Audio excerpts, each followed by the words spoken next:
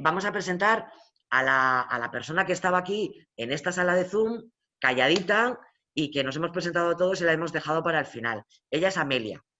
Amelia González, que es quien nos va a ayudar en esta primera hora de la mañana a situarnos y nos va a hacer un pequeño recorrido por la salud mental. Cuando yo hablé con Amelia y le digo, Amelia, ¿cómo quieres que te presente?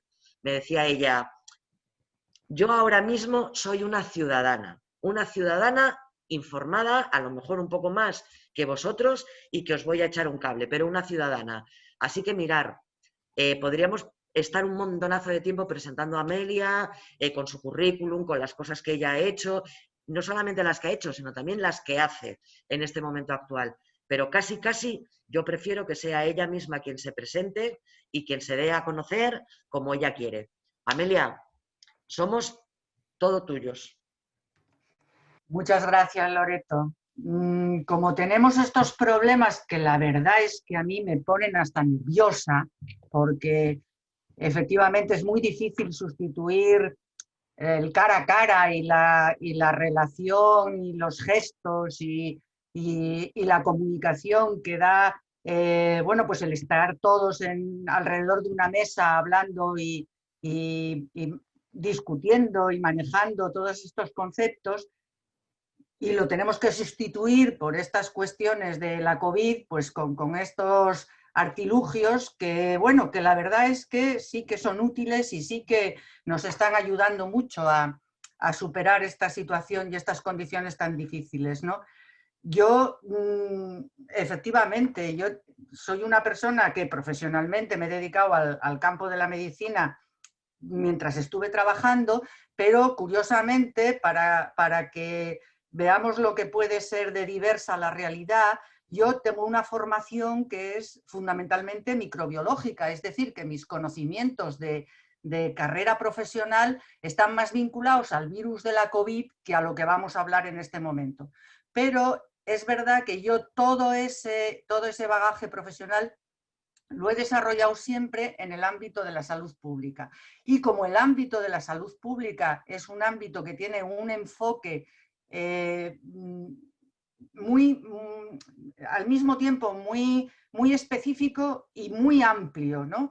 Y es el enfoque que a mí me interesa dar para abordar los temas de salud en general y en concreto los de salud mental, pues es por lo que yo puedo en este momento estar aquí hablando con vosotros y reflexionando con vosotros, precisamente por tener ese enfoque de salud pública.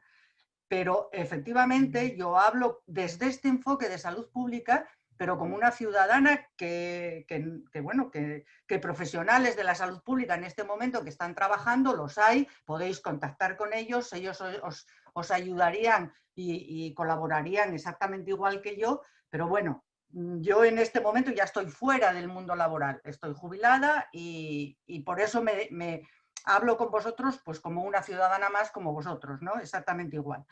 Y como de lo que voy a hablar puede ser un poco farragoso, lo que sí me gustaría es que si hay alguna necesidad de interrumpir, que se haga.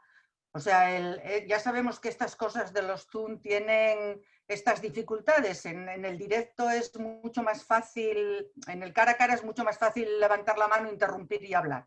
Pero aquí, de todas maneras, espero que la persona que modere, Loreto o quien sea, pues efectivamente esté al tanto de las necesidades que podáis expresar en un momento determinado. Me interrumpís y me pedís aclaraciones o me lleváis la contraria, lo que queráis. Y también espero que Loreto me controle con el tiempo, porque yo soy una petarda y además me enrollo mucho cuando hablo y entonces se me puede ir la olla y sin darme cuenta, pues ni siquiera llegar al final de la exposición en el tiempo. Voy a poner un PowerPoint, unas diapositivas, que van a ser un poco el eje de la exposición que voy a tener. Voy a ver si me funciona y lo hago de la primera y no perdemos tiempo.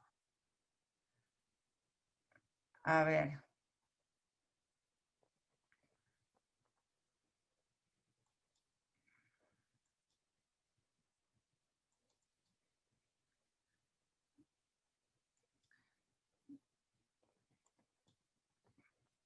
Bueno, ¿se ve bien? Loreto, ¿se ve bien? Que es que estaba silenciada yo también. ¿Eh? Se ve Se ve, perfecto. ¿no? Te vemos a ti ¿Y a la pantalla? también. Vale, O sea que perfecto. vale. Entonces, bueno, vamos a hablar un poquito de lo que es la salud, ¿no? En primer lugar, y luego pasar en un ratito al tema de la salud mental. Lo digo porque en el esquema que me mandasteis de lo que era el eje de la reunión, empezabais hablando de estos temas, ¿no? De lo que era la salud, e incluso se proporciona una definición que es una definición que define la salud como un estado biopsicosocial en el que se encuentra una persona. Esta definición es, yo creo que buena y oportuna, porque no es una definición que califique, no es una definición que diga que es mejor, peor, o estar más allá o estar más acá. Es una definición que define la salud como un momento determinado y una situación. Yo os haría una pregunta. Desde esta perspectiva de esta definición, ¿vosotros pensáis que, por ejemplo, un anciano o una anciana es una persona enferma? Una anciana es una persona que tiene, por ejemplo, hipertensión, que tiene el colesterol elevado, que tiene artrosis, pero que puede estar perfectamente capacitada para llevar un control sobre su vida y un control sobre las relaciones que tiene con su entorno. Esa persona puede que necesite que el conjunto social en el que vive le eche una mano en el sentido de facilitarle cosas y de apoyarla en determinadas cosas. Pero yo, bueno, vosotros contestaréis, a mí no me parece que una persona anciana sea una persona que está enferma. Aunque la sociedad le facilite las cosas, en un momento determinado y progresivamente en lo que le quede de vida vaya facilitándoselas cada vez más, lo único que nos está indicando es que la salud y la enfermedad no son unas situaciones estáticas, es como una especie de hilo continuo, es como un proceso, ¿eh? Salud y enfermedad. Y ese proceso tiene niveles para arriba y para abajo, y sube y baja. Esos niveles para arriba y para abajo tienen dos extremos que son, por un lado, el nivel óptimo de salud, es decir, cuando nos sentimos aquellos momentos o aquellos momentos no en el sentido de momento de tiempo, pueden ser días, pueden ser años, pueden ser en los que consideramos que estamos en la plenitud de nuestra vida, y el otro extremo, que es el extremo de la muerte. Pero para lo que a nosotros nos interesa, porque morirnos vamos a morir todos, para lo que a nosotros nos interesa es la muerte prematura. Es decir, aquella situación que van a producir la muerte antes de lo que nuestro grupo social caracteriza como normal, edad normal para morirse. Es decir, la esperanza de vida, por ejemplo, de las mujeres en este país es de 88 años. Bueno, pues todas aquellas muertes de mujeres que son de antes de 88 años se considera que son muertes prematuras, es decir, son años de vida perdidos por las mujeres que mueren antes de llegar a esa edad esperada. A partir de esa edad esperada se considera que es, entre comillas, normal el hecho de morirse. ¿Esto qué quiere decir? Esto quiere decir, lo primero de todo, una cosa, eso, que debemos de enfocar la salud y la enfermedad como ese proceso. Lo segundo, que la salud es un medio para vivir, pero no es un objetivo de vida. Esto es muy importante porque vivimos en un contexto social en el que parece que vivimos todos para ser absolutamente sanos y maravillosos y magníficos. Y no podemos convertir la salud en un objetivo. La salud es un medio. Y siempre tenemos que utilizar la salud para vivir mejor, pero para vivir, no para dejar de vivir. Y en tercer lugar, que efectivamente tendremos que hacer todo lo posible y poner en marcha todos los mecanismos para evitar esas muertes prematuras. Si miramos la salud-enfermedad como un proceso, este proceso tiene unas características. La primera de todos es que es un suceso histórico. Nosotros no vivimos el proceso salud-enfermedad ahora, exactamente igual que se vivía en el siglo XVIII, en plena revolución industrial, y bueno, pues cuando los horarios de la clase obrera eran de 14 horas, cuando se trabajaban los niños, que esto no quiere decir que no esté pasando en muchos países, pero las características de la sociedad, que era la nuestra, era esa. Y se vivía el proceso salud-enfermedad de otra manera completamente diferente. En este momento estamos en un contexto que es diferente, que es la tercera o la cuarta revolución industrial, ya no sé por dónde, que es la revolución que tiene que ver con todo la informatización, con toda la mecanización electrónica, etc. Y eso tiene sus repercusiones en la vida cotidiana.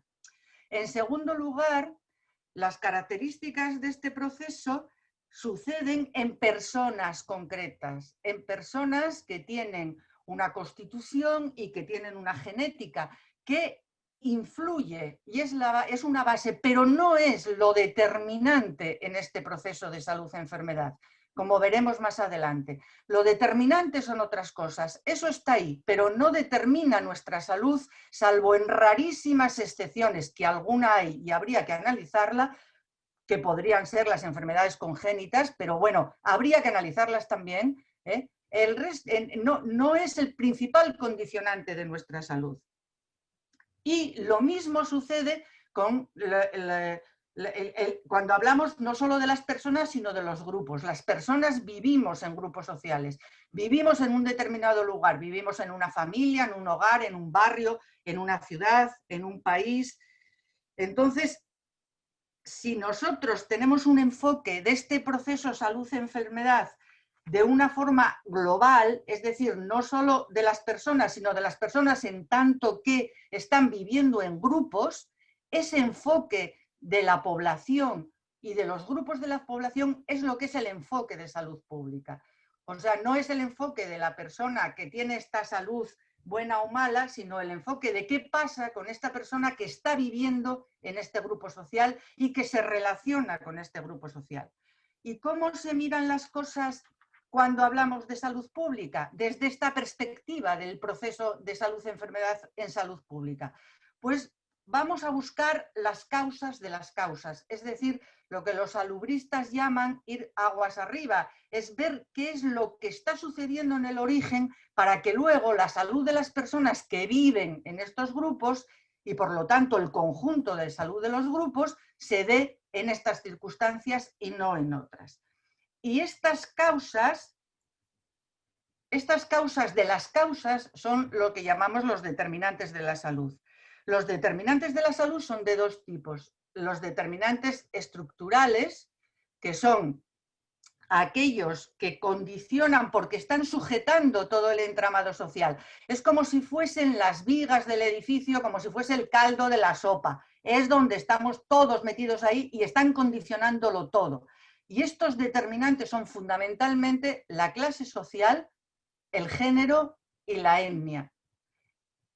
En determinados países, la etnia no es tan condicionante, depende mucho del lugar geográfico.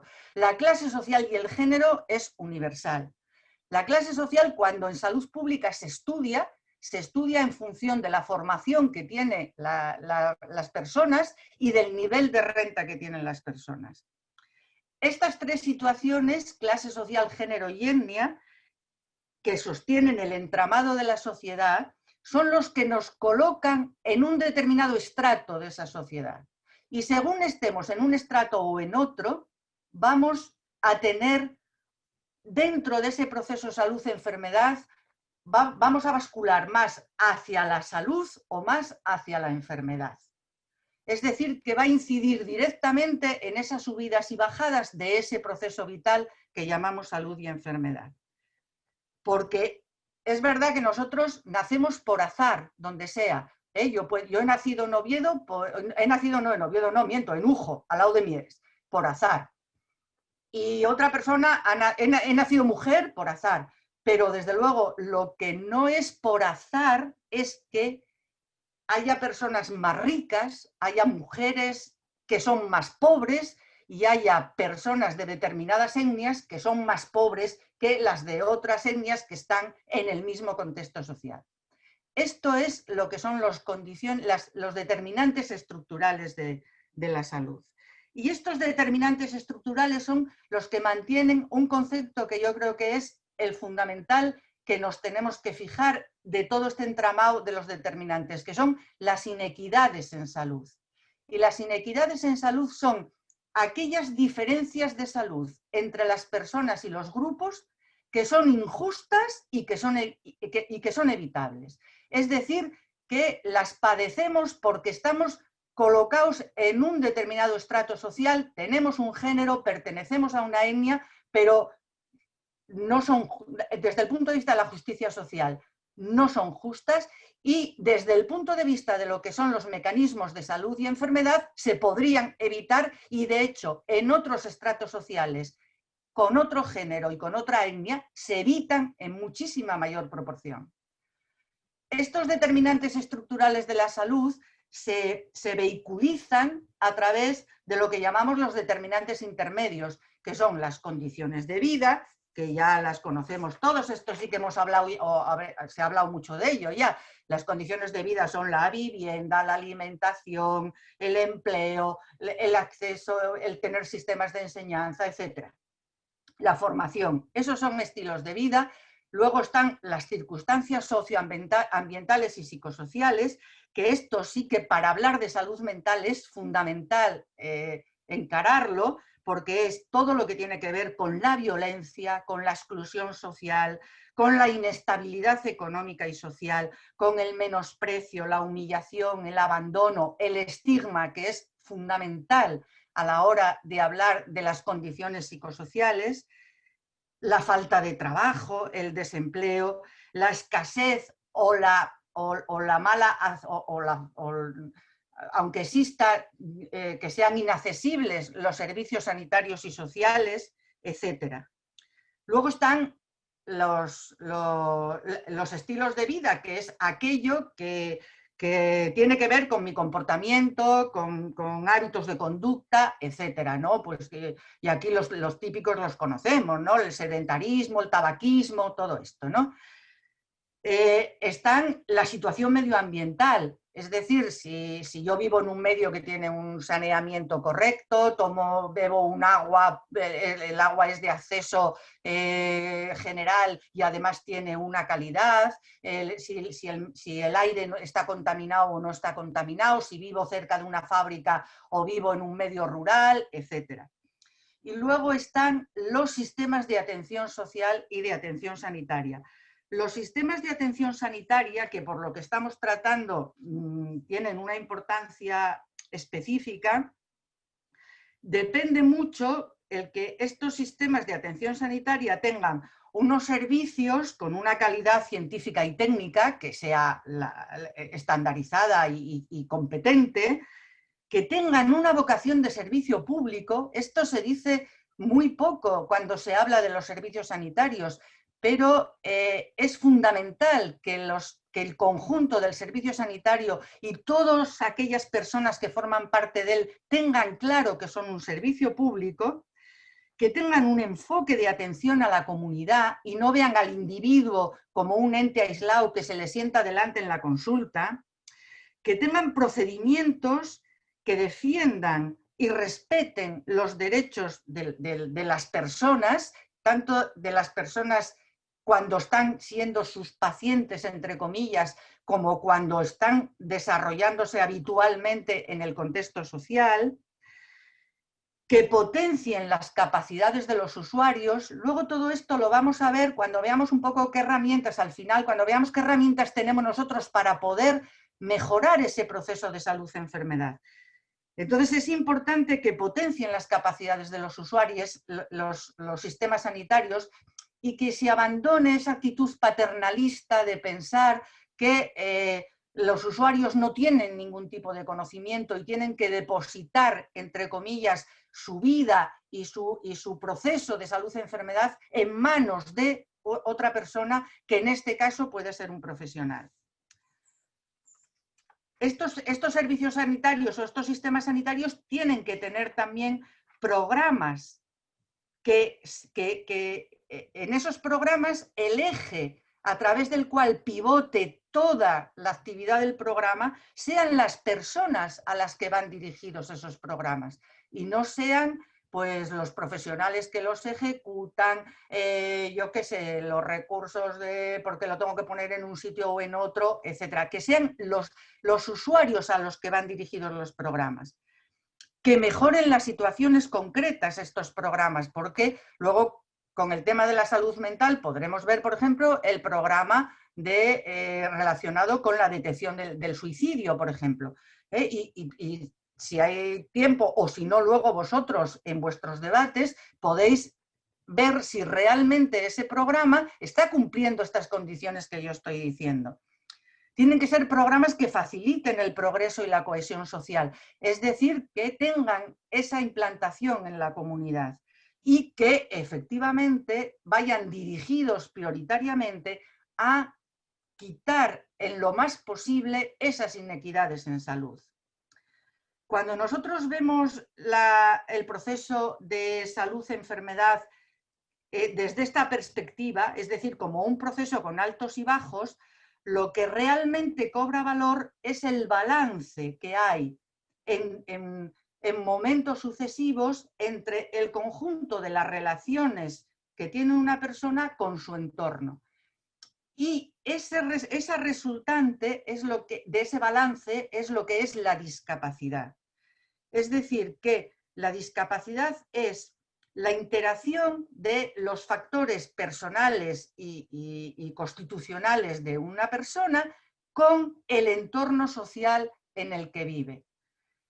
Y desde esta perspectiva, la etiología de la enfermedad, es decir, que yo tenga una enfermedad reumática o no la tenga, es mucho menos que sea reumática es mucho menos importante que yo sea capaz de con ese problema mantener una autonomía, una relación, una vida social, aunque esa sociedad me tenga que prestar los apoyos que yo necesite y a los que tengo derecho, por ser una persona que vive en un contexto social. Si no, me iría a vivir a la cueva.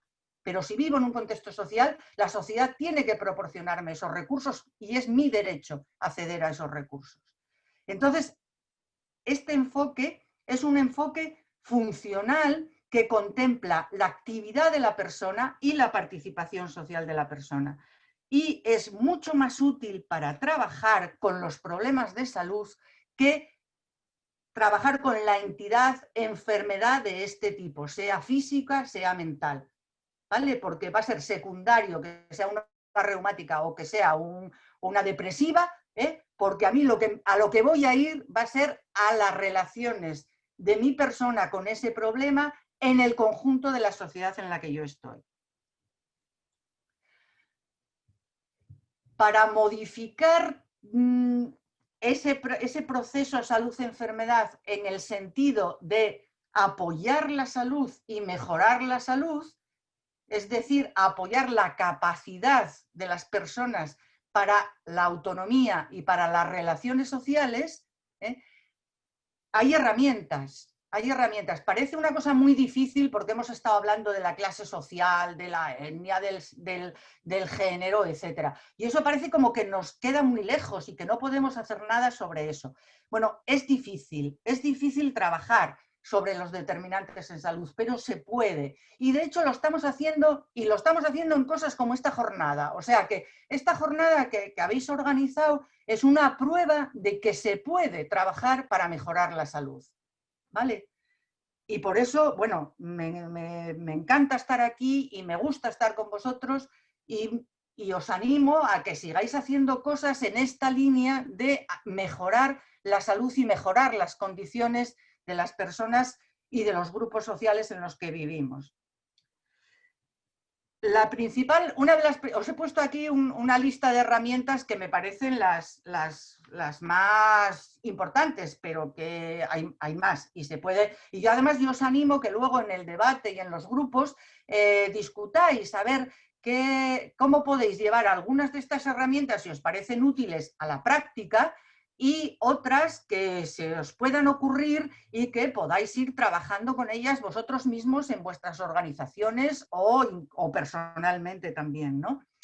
La primera herramienta es trabajar siempre desde un punto de vista intersectorial, porque tenemos que aunar esfuerzos, tenemos que agrupar los recursos, porque los recursos son más bien escasos y tenemos que intentar agruparlos y tenemos que intentar siempre conectar con todas aquellas organizaciones, sectores sociales, etcétera, que tengan algo que ver y algo que decir en la problemática que queremos mejorar.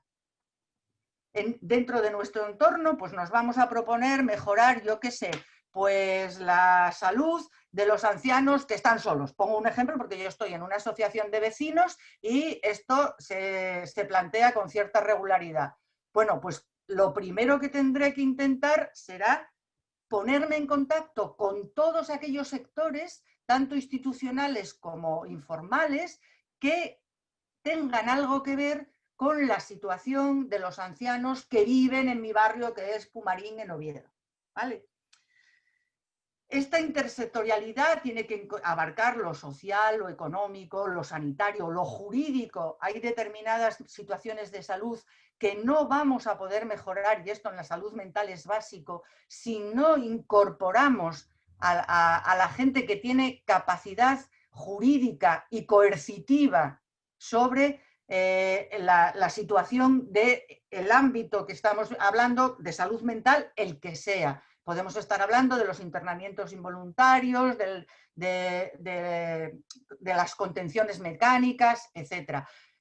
Y luego, desde luego, el aspecto político. También tendremos que intentar incorporar desde la política que tiene la capacidad, la política institucional y luego la política que hacemos todos los días, ¿vale? Pero intentar incorporar a todos los sectores que tengan algo que ver. El siguiente paso es la promoción de la salud. La promoción de la salud no es la prevención, y esto sí que me interesa mucho dejarlo aclarado, porque la prevención es lo fácil. La prevención en salud es la primaria, las vacunas, por ejemplo. ¿Vale? Eso cuesta perres, pero si tienes perres, pones vacunas y ya está. ¿Vale? El diagnóstico precoz, que también se arregla con dinero. ¿Vale? El diagnóstico precoz, que es la prevención secundaria, tú tienes el dinero y los dispositivos para tener el diagnóstico precoz del cáncer de mama y lo puedes tirar para adelante con eso. La prevención terciaria son los tratamientos y la rehabilitación de las secuelas que haya dejado la enfermedad. Y la prevención cuaternaria, que esta es, yo creo que a efectos de salud poblacional importantísima, es la prevención de aquellas cosas aquellas lesiones, aquellas enfermedades que origina el propio sistema sanitario y que tenemos que tener una estrategia para prevenirlas también. Pero la promoción de la salud es otra cosa. La promoción de la salud es la capacitación que tienen las personas para identificar sus necesidades y aspiraciones, satisfacer esas necesidades con un uso adecuado de los recursos y modificar el ambiente físico y social en el que están para mejorarlo, actuando sobre los determinantes de la salud. Eso es la promoción de la salud. La promoción de la salud es la formación y la capacitación, el crear en las personas y en los grupos los conocimientos y las habilidades para que sean autónomos por sí mismos y puedan hacer las cosas por sí mismos. No es salir a caminar solamente, ni tener un grupo de baile, ni un grupo de ajedrez. Eso también puede promocionar la salud de las personas individuales. Pero el concepto de promoción de la salud es que tengas las habilidades, adquirir esa formación y esas habilidades para que puedas tanto formar un grupo y ir a un grupo de baile o de caminar, como identificar las necesidades de salud que tienes, satisfacerlas manejando bien los recursos y plantearte la modificación de ir de los determinantes yendo aguas arriba y viendo qué es lo que está influyendo sobre tu grupo social para mejorar esa situación de salud. como podéis ver, la promoción de la salud tendría que ser el eje de la actividad de todos los profesionales sanitarios. Lo que sucede es que está muy basculado la actividad profesional sanitaria hacia lo estrictamente curativo. Y esta faceta de promoción de la salud está, bueno, pues prácticamente en pañales. El otro eje importantísimo, la otra herramienta importantísima que tenemos es la participación ciudadana en salud. La participación ciudadana en salud es esa capacidad que tenemos o que deberíamos de tener para poder intervenir en los procesos y en las situaciones que tienen que ver con nuestra salud. Es decir, la participación ciudadana en salud, insisto, no consiste solo en formar parte de un grupo, que era lo que decía antes con promoción de la salud. La participación ciudadana en salud es estar o bien personalmente o bien representada por quien yo considero que me representa, y para esto es importantísimo el papel de las organizaciones como las vuestras, y de las organizaciones de todo el tejido social, que me represente en la elaboración de los planes, de los programas, de las estrategias, de todas las actividades que afectan a la salud de mi comunidad, no solo a la mía propia, sino, o sea, si yo me identifico con un determinado problema de salud, sino al conjunto de mi comunidad. Eso es participar en salud, elaborar eso, analizar la situación y elaborar las respuestas a esa situación. Participar en salud es cogestionar también, o sea, no dejar en manos de los profesionales la gestión de las situaciones de salud. Los profesionales tienen su papel, pero no pueden gestionar ni mi salud, ni mi vida, ni siquiera los recursos con los que yo y el conjunto social maneja la mejora de las situaciones en salud. Y cuando me refiero a recursos, me refiero a todos los recursos, me refiero desde la utilización de los servicios hasta la financiación. ¿Cuándo nos han dado a nosotros cancha para poder intervenir en la gestión económica de los sistemas de salud? Pues deberíamos poder intervenir en eso, porque son servicios públicos. Nosotros no solo estamos afectados porque sufrimos, entre comillas, lo que esos servicios hacen, sino que además los pagamos. Entonces, efectivamente, deberíamos poder entrar a la gestión no solo de lo que hacen, sino también de cómo se financian, de cómo utilizan los recursos, cómo se gasta ese dinero. Y deberíamos de poder evaluar la capacidad de esos servicios y sus resultados en salud, porque no todos los servicios, no todos los programas, no todas las intervenciones tienen los resultados deseados, y podemos volver otra vez al tema del programa de prevención del suicidio hablando de salud mental, pero hay muchísimos, porque prácticamente los ciudadanos, afectados o no, no intervenimos para nada en la evaluación de los recursos sanitarios que tenemos. Y la participación ciudadana en salud, por último, es la capacidad para poder acordar con quien sea las reglas del juego y el campo en el que vamos a jugar. Es decir, las normas y el funcionamiento de todos los dispositivos sanitarios y de sus actividades. Es decir, participar en toda la constitución del entramado.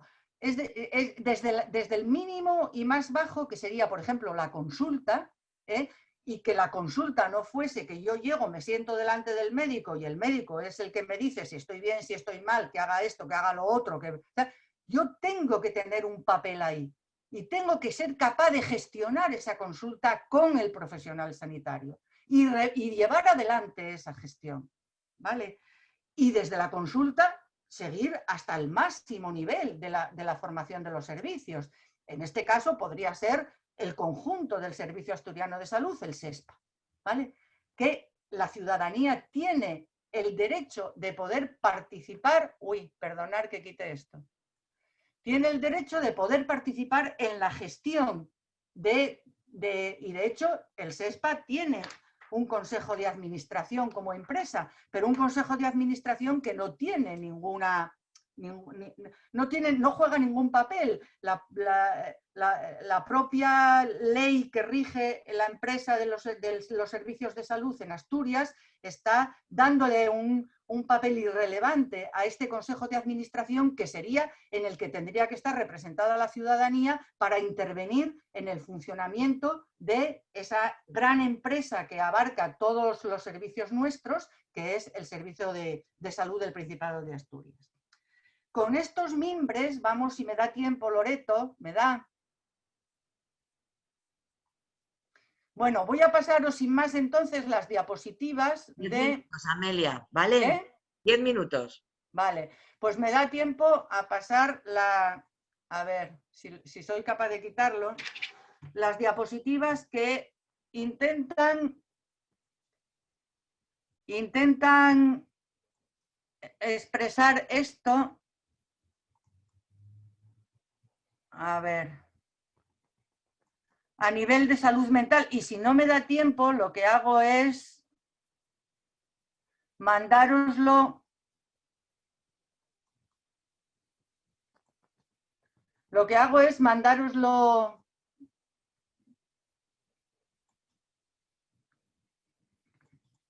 Lo que hago es mandároslo y lo trabajáis si os parece oportuno y os gusta, si no, nada. ¿Lo veis? ¿Me veis ahora? ¿Lo veis ahora?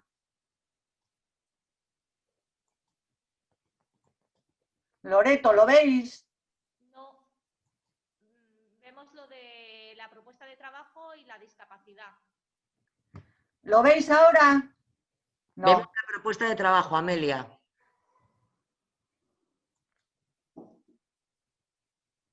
No. ¿Esto es lo que tú querías pasar? No.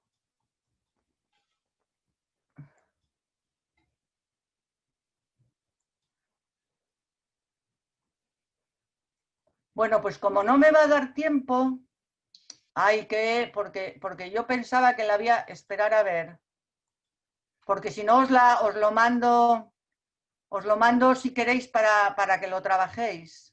Pues sí, eso sí que sería bueno. Nos lo puedes mandar incluso al propio chat del Zoom.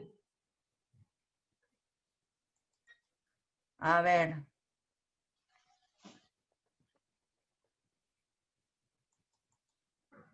Estas son las cosas del directo. Porque esto yo lo tendría... A ver. No, esta no es.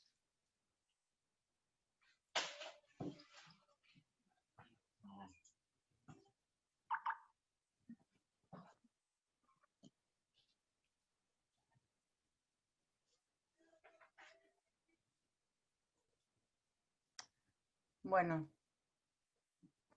pues es que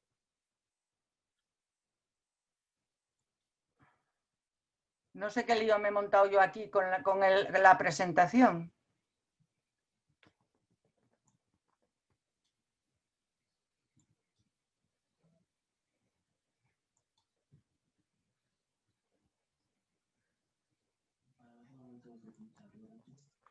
Esto va a ser. No.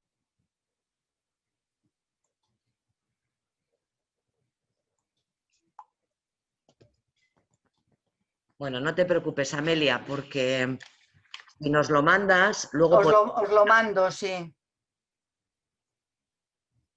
Porque esto, lo que tengo la sensación es que se me han juntado los dos PowerPoint.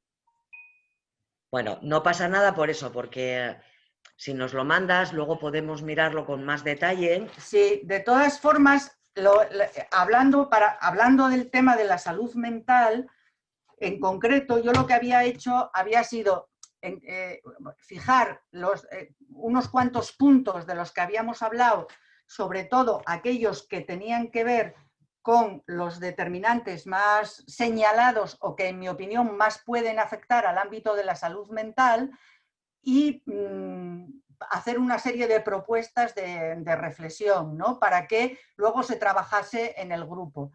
Y efectivamente, después de esas propuestas de reflexión, iban toda una serie de indicaciones, ¿no? de puntos concretos en los que se podría mejorar. Pero yo creo que, bueno, si acaso lo que podemos pasar, yo os lo intento recuperar el PowerPoint y mandároslo, y Perfecto. para no seguir enrollándoos y machacándoos más la jornada, pues, porque también había sacado incluso algunas notas con el tema del suicidio y esto. Pero si no, lo que podéis hacer es, si queréis preguntar alguna cosa o comentar alguna cosa, pues terminamos de esta manera y yo os paso luego las notas con respecto a salud mental. Pues a mí me parece perfecto y si alguno de los compañeros no tienen mayor inconveniente, pues podemos hacer eso, ¿eh? Luego recuperamos todos los documentos y los podemos poner en el chat para si necesitamos, bueno, pues apoyarnos en todas estas cuestiones que nos estás planteando. Yo no sé si alguno de nuestros compañeros quiere preguntarte algo. Como somos poquitos en la sala, o bien lo hacemos de viva voz o si queréis a través del chat. Yo creo que siendo los poquitos que somos, bien podemos levantar la manita y preguntar. Ay, lo que no soy capaz es de volver a ¿Tienes? a la pantalla del Zoom. Pues mira, tienes que cerrar el documento que tienes abierto Está cerrado. y ¿ves que pone ver opciones arriba del todo? A ver, dejar de... Ahora. Ahora está. ¿Vale? Mira, es que no me salía la pestañita esa. Bueno, Ahora ya os veo. ¿alguien quiere hacerle alguna pregunta a Amelia? ¿Nadie? Estamos todos muy tímidos. Ya se lo sabían todo. Bueno, la verdad es que sí que hay que decir que ha sido una exposición muy aclaratoria, Amelia. Ah, mira, sí, tenemos una manita levantada de los compañeros de Hierbabuena. Sí, una manita y un aplauso me dicen que es lo que tal, porque no encontraba la manita adecuada. Muy bien, pues el Un aplauso. aplauso para Amelia de muchos años. Yo, claro, no sé si es pertinente comentarlo ahora, pero porque me quede muy claro qué diferencia un determinante social, un estructural, perdón, de uno intermedio. Quiero decir, porque la cuestión de la discapacidad, desde quienes estamos a este lado, quizá lo veamos como algo estructural, por lo menos en el caso de, en el momento en que te ponen una etiqueta, automáticamente transforma tu vida y ya eres un colectivo, digamos, pues igual que el machismo, el racismo, el cuerdismo, determina automáticamente toda tu vida, también con respecto a la salud, puesto que muchas veces pierdes posibilidades, se atribuye todo el diagnóstico y eso hace que no se te dé una atención a la salud física precisamente a causa del diagnóstico. No sé si me estoy explicando. Sí, Bueno. sí. Hombre, yo pienso que los componentes estructurales están soportando todo el entramado social. Y están soportando todo el entramado social no solo porque coloquen a las personas en determinados estratos sociales, o sea, tú naces en una clase social, naces con un género y naces con una etnia. Mientras que otras situaciones de la vida pueden producirse incluso vehiculadas a través de otro tipo de ejes o de circunstancias. Es decir, no creo que tú nazcas con un problema de salud mental o nazcas con... ¿Me explico? Es decir, los problemas de salud o los problemas relacionados con la discapacidad son resultado de otra serie de mecanismos, entre otras cosas, de esos mecanismos de ser en concreto pobre o rico, varón o mujer, y pertenecer o no pertenecer a una determinada etnia, que eso tú estás ahí en uno de estos sitios producto del azar. O sea, yo no nací mujer porque yo haya querido nacer mujer ni nadie, nací mujer por el azar, porque hay un 50% de varones y un 50% de mujeres. Tenía las mismas probabilidades de haber sido un chico, ¿vale? Entonces, es el hecho de, una vez que se ha producido, una vez que tú estás colocada en ese estrato social, cuando tu salud mental o tu estigma o tu discapacidad de lo que sea es mayor o menor en función de que estés en uno de esos estamentos o te haya tocado una determinada situación. Es decir, que seas mujer o que seas varón. ¿Qué duda cabe que las mujeres lo tienen siempre peor, incluso en la clase social elevada? Pero claro, cuando tienes todas las papeletas del azar, porque eres mujer, eres pobre, perteneces a una etnia determinada que tiene una consideración social por debajo de otras etnias que viven en el mismo contexto, ¿qué duda cabe? Porque tú no puedes modificar tu etnia, no depende de ti para nada, ¿vale? Entonces, eso hace que vayas juntando situaciones condicionantes de esos determinantes estructurales que luego se vehiculizan a través de otras muchas cosas, de que vives en un barrio peor, de que tienes menos posibilidades de formación, de que efectivamente tienes menos...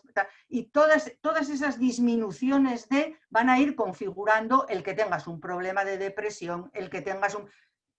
Es decir, que lo que planteas tú, Tomás, estoy de acuerdo, pero yo creo que es porque el estigma tiene tal grado de profundidad en la sociedad en la que vivimos que da la sensación de que es una cosa estructural, pero por la profundidad del estigma. No es una cuestión, perdona Amelia, yo no debe ver, quiero decir, al final todo lo estás reduciendo, todo se reduce, yo soy completamente lejos en estas cuestiones, pero lo que veo es que hablas de nacimiento, muchas personas de nuestro colectivo decimos que el diagnóstico es un segundo nacimiento, o sea, eso lo hemos hablado incluso, porque de algún modo tú automáticamente estás ya incluido y te va a determinar todo, claro. No solo en la salud, en todo. Que sí. Tú ya eres un grupo aparte y de hecho para eso se ha creado la psiquiatría, para controlar a este grupo aparte y se le ha dado poderes policiales, judiciales y de todo tipo. Es decir, y te va a determinar todo. Y si eres mujer, encima. Y si eres de una etnia particular, encima. Pero nosotros no sé. Es decir, yo sé esa cuestión de determinante estructural nacimiento o determinante estructural vida. O sea, pero bueno, es una cuestión... Sí, es más una cuestión académica. Yo sí que creo que se debe a eso, se debe a que el estigma es tan profundo que efectivamente, porque lo mismo te podría pasar con una situación física, es decir, a ti con una enfermedad física también te hacen un diagnóstico. Y ese diagnóstico lo que sucede es que no tiene ese componente tan profundo del estigma que tiene los problemas de salud mental, que efectivamente automáticamente hacen de ti una persona con un grado de discapacidad que es muchísimo, que ni siquiera se mide. Porque una de las cosas que planteo en el tema de la salud mental es que efectivamente si en algún sitio hace falta cambiar el concepto de enfermedad por el concepto de discapacidad a la hora de operar con las personas y con los grupos, es precisamente en el ámbito de la salud mental. Porque en el ámbito de la salud mental incluso no es ya que haya una falta que hasta la Organización Mundial de la Salud, la gente de Hierbabuena lo sabéis bien, ¿no? Ha llamado la atención con el tema de los derechos, ¿no?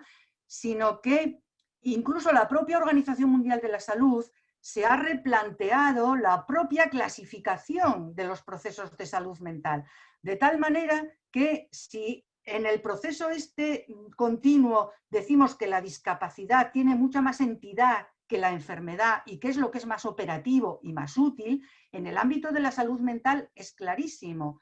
¿Por qué? Porque la propia Organización de la Salud, Mundial de la Salud, se ha planteado una clasificación de los procesos que no es la clasificación etiológica, que es la que funciona en el resto de las enfermedades. O sea, las enfermedades se clasifican con un sistema que se llama el sistema CIE, y que dice CIE 10. yo qué sé, cáncer de colon, tiene este código 007 no sé cuánto, ¿vale? Bueno, pues la Organización Mundial de la Salud ha dicho que esta clasificación es muy, muy restrictiva y muy limitada, precisamente porque contempla el proceso salud-enfermedad en el conjunto de las relaciones de las personas. Pero es sobre todo, inoperativa, no vale gran cosa en el ámbito de la salud mental. Y entonces propone una nueva clasificación, que es la CID, que incluye otros elementos que no tienen que ver con la etiología de la enfermedad, que pasa de la etiología, y que incluye factores como efectivamente la capacidad de relación, el entorno, la habilidad, y hace una nueva clasificación y propone que los trastornos relacionados con la salud mental se empiecen a manejar desde esta nueva clasificación relacionada con una entidad que es la discapacidad, que es mucho más útil para trabajar, mucho más útil para estudiarla socialmente y mucho más útil para proponer tratamientos, inserciones en el contexto social, apoyos, porque está dándonos una medida mucho más práctica de lo que está sucediendo en la realidad, que no tiene que ver con que si yo soy una depresiva o soy una esquizofrénica. Que eso, mira, que a la hora de la verdad, ¿para qué me vale? ¿Vale? Entonces, la Organización Mundial de la Salud está proponiendo esta clasificación CID, que yo no creo que aquí se esté manejando, por lo menos cuando yo tenía alguna conexión con los servicios de salud mental, no se manejaba. Y desde luego, desde el punto de vista de la salud pública, y creo, lo digo como persona que perteneció a ese ámbito, pero como ciudadana, desde luego, yo cuando la he leído me parece muchísimo más útil. Pues la OMS lleva ya unos añitos recomendando utilizar esa clasificación. Yo, si queréis, os la paso, porque tengo el documento de la OMS donde especifica lo que es esta clasificación, cómo se hace, para qué sirve, cómo hay que utilizarla, etcétera. Y desde luego eso está apoyada como sustento, no tiene la enfermedad, sino que tiene la discapacidad. Es decir, las relaciones de la persona con el entorno. Esa es la base de la nueva clasificación. Pues esa documentación, Amelia, sería perfecta para que luego, cuando podamos hacer nuestra carpeta de salud mental, podamos colgar en la página web, bueno, pues todos estos documentos y estas cosas que sabemos. Me sabe pelín mal, pero ya sabéis que mi papel a lo largo del día de hoy va a ser la de vamos muy lentos, hay que avanzar y todas estas cosas, con lo cual llevamos un pequeño retraso y vamos a despedir esta primera parte. Pero no sin antes agradecerle a Amelia, bueno, pues esta introducción que nos ha hecho tan rica, que creo que nos ha dado muchas claves de trabajo y muchas puntualizaciones sobre las que podemos trabajar. Y no me queda otra más que, Amelia, muchas gracias. Yo soy mucho de aplaudir. Como no nos podemos abrazar, sí que podemos hacer lo del así, para no atronarnos y darte las gracias.